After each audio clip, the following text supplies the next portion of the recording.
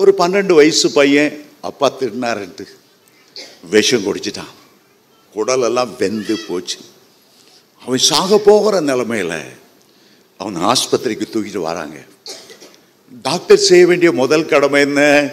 அவன் சாகாதபடி மரணத்தை தடுத்து நிறுத்தணும். அதான் முதல் வேலை. அவன் ஜீவன் உண்டாயிருக்கணும், அவன் பிழைச்சிடணும். முதல்ல மரணக்கட்டிலேருந்து விடுதலை ஆக்கிடணும். அதோடு விட்டு விடுகிறதல்ல. அவன் விஷம் குடித்தனால குடலெல்லாம் வெந்து போயிருக்குதே, புண்ணாகி போயிருக்கிறதே, அதுக்கெல்லாம் ட்ரீட்மெண்ட் கொடுத்து கொடுத்து கொடுத்து கொடுத்து நல்ல ஆரோக்கியம் உள்ளவனாக அவருடைய பெற்றோர் இடத்துல ஒப்பு கொடுக்கணும். முதல்ல ஜீவன் உண்டாயிருக்கணும்.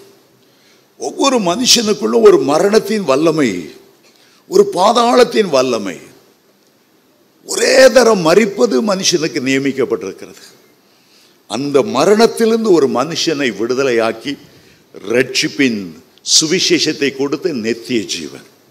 அதுக்கு பிறகு அவன் பரிபூர்ணப்படணும்.